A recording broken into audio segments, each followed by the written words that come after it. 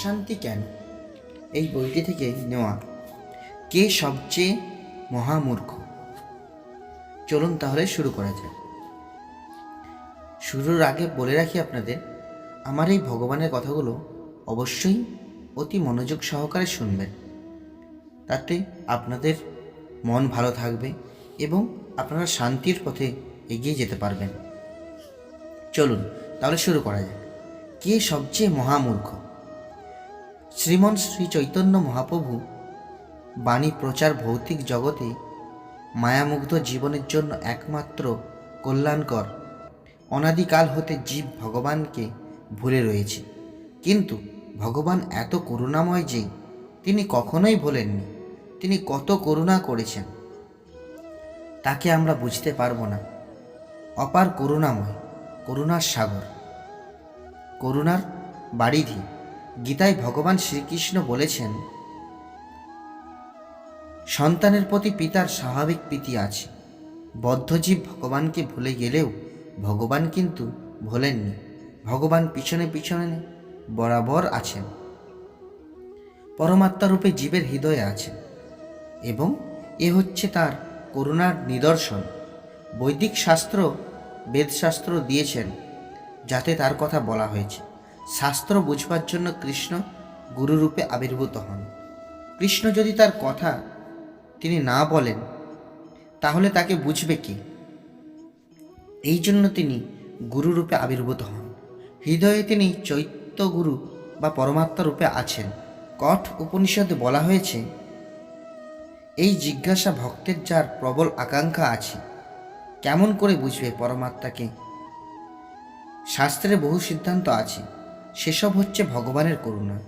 তিনি ব্যবস্থা করেছেন বদ্ধজীব ভগবানকে দেখতে পারবে না, জানতে পারবে না, ভগবানের লীলা বুঝতে পারবে না, তত্ত্ব বুঝতে পারবে না। এই সুযোগ তার নেই। ভগবানের ধাম আছে, যেটা সচ্চিদানন্দময় ধাম, যেখানে তার নিত্যলীলা চলছে। বদ্ধজীব তা কেমন করে দেখবে, কেমন করে জানবে? কিন্তু বদ্ধজীবের প্রতি তার এতই করুণা যে তিনি স্বয়ং অবতীর্ণ হয়েছেন। এ প্রপঞ্চে অবতীর্ণ হয়ে তিনি তার লীলা প্রকাশ করেছেন। সেজন্য ভগবান হচ্ছেন অতি করুণাময়। তাহলে আমরা কেমন করে তাকে দোষারোপ করতে পারি? কিন্তু জীব তা জানে না, বুঝবার শক্তি নেই, জ্ঞান নেই, সেজন্য ভগবানকে দোষারোপ করে থাকি। ভগবানকে তুমি দোষারোপ করতে পারবে না। আপন কর্মদোষে আপনি ডুবিনু, তোমার কর্মদোষে তুমি বন্ধনপ্রাপ্ত হয়েছ, তাই তুমি নানা জনি ভ্রমণ করছো। তার থেকে কেমন করে মুক্তি মিলবে সে কথা জানবার জন্য ভগবান কত ব্যবস্থা করেছেন, সে কথা বিবেকী লোক, বিচারবন্ত লোক বিচার করতে পারেন। ভগবানকে বোঝা যেমন এত সহজ কথা নয়, ঠিক তেমনই ভগবানের যারা ভক্ত, সাধু, গুরু, বৈষ্ণব, তাদেরকেও বোঝা তত সহজ কথা নয়। বৈষ্ণবের ক্রিয়া মুদ্রা বিজ্ঞে না বুঝয়, যত বড়ই বিজ্ঞ ব্যক্তি হোক না কেন, বৈষ্ণবকে বুঝতে পারবে না, তা এত সহজ কথা নয়। যে তাদেরকে বুঝতে পারবে, এই জন্য যারা ভগবানের অতি প্রিয়, তারা সম্পূর্ণরূপে ভগবত চরণে আত্মনিবেদন করেছেন। সমস্ত প্রকার ধর্ম পরিত্যাগ করে এবং তথাকথিত স্বজন বন্ধু বান্ধবদেরকে পরিত্যাগ করে ভগবানের চরণে প্রপন্ন হয়ে ভগবানের সেবার জন্য দিন রাত 24 ঘন্টা ব্যস্ত আছেন। তাকে কেউ এ জগতে সে যত বড় ব্যক্তি হন না কেন বুঝতে পারবে না। তাদের বিচার অনুসারে যারা ভগবানের চরণে প্রপন্ন হয়ে ভগবানের নাম করছেন, তারা সব আনপ্রোডাক্টিভ। তারা কিছু প্রোডাকশন করছেন না, তারা সমাজের উপর ভার হয়েছেন, প্যারাসাইটে তাদের মতো।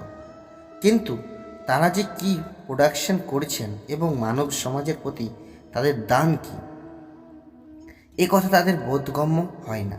তাই তারা ভাবেন এরা বড় মূর্খ, মহামূর্খ, এদের কোনো জ্ঞান নেই। এরা সমাজের ওপর প্যারাসাইট অর্থাৎ ভার হয়েছে। এরা কিছু করেন না, বরং এরা বড় ডিস্টারবেন্স ক্রিয়েট করেন, অর্থাৎ গণ্ডগোল সৃষ্টি করছেন। তাই আমরা পরম আরাধ্যতম গুরুদেব শ্রীমৎ এ.সি.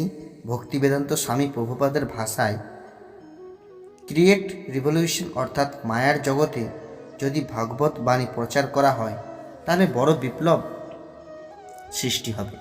মায়া যেখানে খুব স্ট্রং, সেখানে সাধু বৈষ্ণব গেলে তারা ভাবে ইনি এসেছেন বিপ্লব সৃষ্টি করতে। ডোন্ট লেফট দেম ইট, তাদেরকে এখানে ছাড়ো না, তারা বিপ্লব সৃষ্টি করবেন। এ হচ্ছে মায়ার কাণ্ড। কিন্তু সচ্চিদানন্দময় বিগ্রহ পরিপূর্ণ বস্তু, পূর্ণ ব্রহ্ম ভগবানকে যিনি প্রাপ্ত হয়েছেন তার আর কোনো রকম অপূর্ণ অবস্থা থাকে না।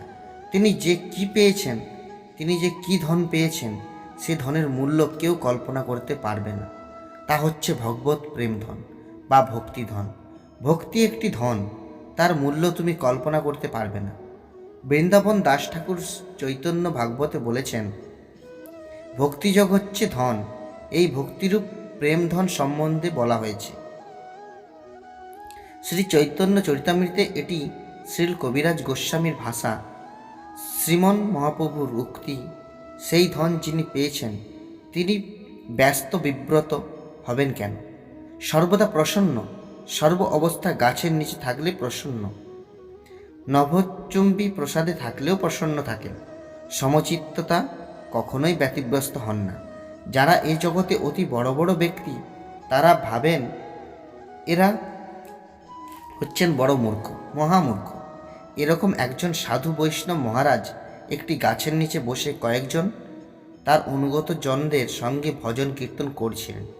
সেই দেশের রাজা সেই রাস্তা দিয়ে যাচ্ছিলেন। সমবিবাহারে পাত্রমিত্র, মন্ত্রী, সেনাপতি আদি গহনে, বহু লোকের গহনে দেখতে পেলেন একজন বৈষ্ণব মহারাজ গাছের নিচে বসেছেন, প্রসন্ন চিত্ত। কি করছেন? না, হরিকীর্তন করছেন। অনুগামীদেরকে নিয়ে রাজা মন্ত্রীকে জিজ্ঞাসা করলেন, এরা কারা, এরা কি করছে? মন্ত্রী বললেন, আজ্ঞে, এরা হচ্ছেন মহামূর্খ। এদের কোনো কাণ্ডজ্ঞান নেই, কোনো বুদ্ধি নেই। এরা সমাজের উপর বড় ভার হয়েছে। এরা কেবল কোলাহল করেছে। রাজা তা শুনে চলে গেলেন। রাত্রিতে রাজা গভীরভাবে চিন্তা করতে লাগলেন, তারা সব মহামূর্খ। রাজ্যের মধ্যে এমন লোকও আছে? খুব গভীরভাবে চিন্তা করতে লাগলেন। পরদিন মন্ত্রীকে একটি সোনার মোহর দিয়ে বললেন, এই মোহরটি পুরস্কার দেওয়া হবে। আমার রাজ্যে সবচেয়ে মূর্খ কে আছে দেখো, এই মোহর ধরো, ঘুরে দেখো, বুঝো কে সবচেয়ে মহামূর্খ, জিজ্ঞাসা করে বোঝো, তাকে এই পুরস্কারটি দেওয়া হবে। মন্ত্রী নিলেন সোনার মোহর, রাজ্য সারা ঘুরলেন, সকলকে জিজ্ঞাসা করলেন, তুমি কি মহামূর্খ? বা আমি কেন মহামূর্খ হব? এইভাবে রাজ্য সারা আর কেউ নিজেকে মহামূর্খ বলে স্বীকার করলেন। এদিকে মন্ত্রী ঘুরে ঘুরে শ্রান্ত ক্লান্ত হয়ে পড়লেন। দিন শেষ হতে চলল, সন্ধ্যা হয়ে এলো। কি করবেন? রাজা তো দণ্ড দেবেন তাকে ঠিক রিপোর্ট না দিলে। অবশেষে সে মহারাজের কুঠিরের কাছে এসে পৌঁছলেন। সেই মহারাজ বসে আছেন, প্রসন্ন চিত্তে ভজন করছেন। মন্ত্রী যখন বিমর্ষ বদনে সেখানে পৌঁছলেন, তখন সেই বৈষ্ণব সাধু মহারাজ তাকে জিজ্ঞাসা করলেন, আপনি তো রাজার মন্ত্রী, আপনার কেন এরকম বিমর্ষ বদন হয়েছে? মন্ত্রী তখন তাকে বললেন, আজ্ঞে রাজা, এই সোনার মোহরটি আমার হাতে দিয়ে বললেন, দেখো আমার রাজ্যে কে মহামূর্খ আছে, তাকে এই পুরস্কারটি দিতে হবে। রাজ্য সারা ঘুরে ঘুরে দিন অতিবাহিত হওয়ার পর এখন এই সন্ধ্যার সময়ে অতি শ্রান্ত ক্লান্ত হয়ে অবশেষে বিষণ্ণ বদনে আপনার কাছে এসে উপস্থিত হয়েছি। কোথাও কাউকে মহামূর্খ দেখতে পেলাম না, যাকে এই সোনার মোহরটি পুরস্কার দেব। যাকে জিজ্ঞাসা করি সে তৎক্ষণাৎ উত্তর দেয়, আমি কেন মহামূর্খ হব? তাই আমার চিন্তার বিষয় হয়েছে, ঠিকভাবে যদি রিপোর্ট দিতে না পারি তাহলে রাজা আমাকে দণ্ড বিধান করবেন। তাই আমার মনে এত দুঃখ। ও আচ্ছা, আপনার এই জন্য দুঃখ হয়েছে, তাই মন বিষণ্ণ? ঠিক আছে, আমি তো মহামূর্খ, তাই সোনার মোহরটি আমাকে দিয়ে দিন। আর রাজাকে রিপোর্ট দিন সেই সাধু মহারাজ মহামূর্খ। একথা শুনে মন্ত্রী খুব খুশি হলেন, তাকে সোনার মোহরটি দিলেন।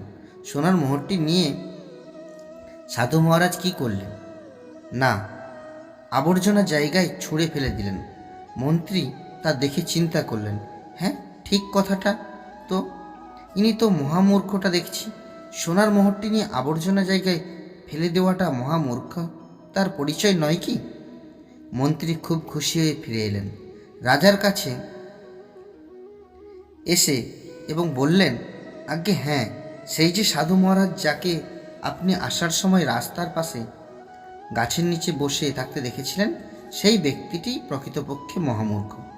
রাজ্য সারা ঘুরে কোথাও মহামূর্খকে দেখতে না পেয়ে অবশেষে সেই সাধু মহারাজের কাছে উপস্থিত হয়ে সেই সোনার মোহরটি তার হাতে দিলাম। সে তখন কি করলেন জানেন? সে সেই সোনার মোহরটি নিয়ে সঙ্গে সঙ্গে আবর্জনা জায়গায় ছুঁড়ে ফেলে দিল। এইভাবে সে সোনার মোহর হাতে পেয়ে আবর্জনা জায়গায় ছুঁড়ে ফেলে দিতে পারে, তাহলে সে ছাড়া আর কে মহামূর্খ হতে পারে? রাজা একথা শুনে বললেন, হ্যাঁ ঠিক কথাটা তো, সে ব্যতীত আর কেই বা মহামূর্খ হতে পারে। এইভাবে কত দিন, কত মাস, কত বছর কেটে গেল। রাজার মৃত্যুকাল এসে উপস্থিত হল। রাজা মরতে চলেছেন, মরে যাবেন। চারদিকে হাহাকার পড়ে গেছে। তার যত রানী ছিলেন সবাই কাঁদছেন, পাত্র মিত্র মন্ত্রী আদি কান্নাকাটি করছেন। রাজার আসন্ন মৃত্যুর কথা চিন্তা করে রাজ্য সারা শোকাচ্ছন্ন। রাজা মরে যাবেন।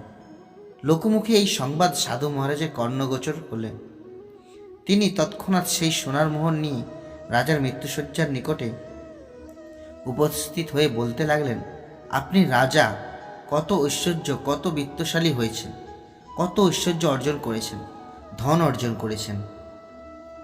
উপরন্তু আপনি বড় বিজ্ঞ লোক। আপনি এখন মরতে বসেছেন। আপনি এখন বিমর্ষ জানা পড়ছে। আপনি কাঁদছেন, আহা আমি মরে যাব, হা হতাশ করছেন। আপনি এত বড় বিজ্ঞ লোক, এত ঐশ্বর্য অর্জন করেছেন, ধন অর্জন করেছেন, এই সমস্ত আপনার সঙ্গে যাবে কি? আপনি যদি মরে যাবেন, এই সমস্ত ধন ঐশ্বর্য সঙ্গে করে নিয়ে যাবেন তো? কেননা আপনি তো অর্জন করেছেন। না, এই সমস্ত তো কিছু নিয়ে যেতে পারবো না, রাজা উত্তর দিলেন। তাহলে এখানে সব ছেড়ে যাবেন তো? আর একথা তো জানেন, তাহলে আপনি কি সঙ্গে করে নিয়ে যাবেন? তাহলে আপনি খালি হাতে যাবেন? এত কিছু অর্জন করলেন, কিছু তো সঙ্গে নিয়ে যেতে পারবেন না। আপনি তো শূন্য হাতে যাবেন। এটাই কি আপনার বিজ্ঞতা? যিনি মৃত্যুর সময় এই সমস্ত কিছু না নিয়ে শূন্য হাতে যান, তিনিই হচ্ছেন সবচেয়ে মহামূর্খ। তাই প্রকৃত ধন আপনি অর্জন করেননি। যেটা কি আপনার সঙ্গে যাবে তা হচ্ছে পারমার্থিক ধন, ভক্তি ধন, প্রেম ধন। সেই ধন যিনি অর্জন করে থাকেন, সেই ধনই তার সঙ্গে যায়। আর সমস্ত ভৌতিক জাগতিক ধন এখানে পড়ে থাকে, অর্থাৎ ছেড়ে যেতে হয়। কারণ এ তো সব বিনাশশীল, বিনষ্ট হয়ে যাবে। এ তো চিরন্তর বস্তু কেউ নয়। আপনার সঙ্গে কেউ যাবে না, যেহেতু আপনি প্রকৃত ধনটা অর্জন করতে পারেননি জীবনকালের মধ্যে। তাই আপনার মতো মহামূর্খ আর কে আছেন? অতএব মহামূর্খের পুরস্কার স্বরূপ এই সোনার মোহরটি আপনারই প্রাপ্য। এই কথা বলে সাধু মহারাজ সেই উপহারটি রাজাকে প্রদান করলেন।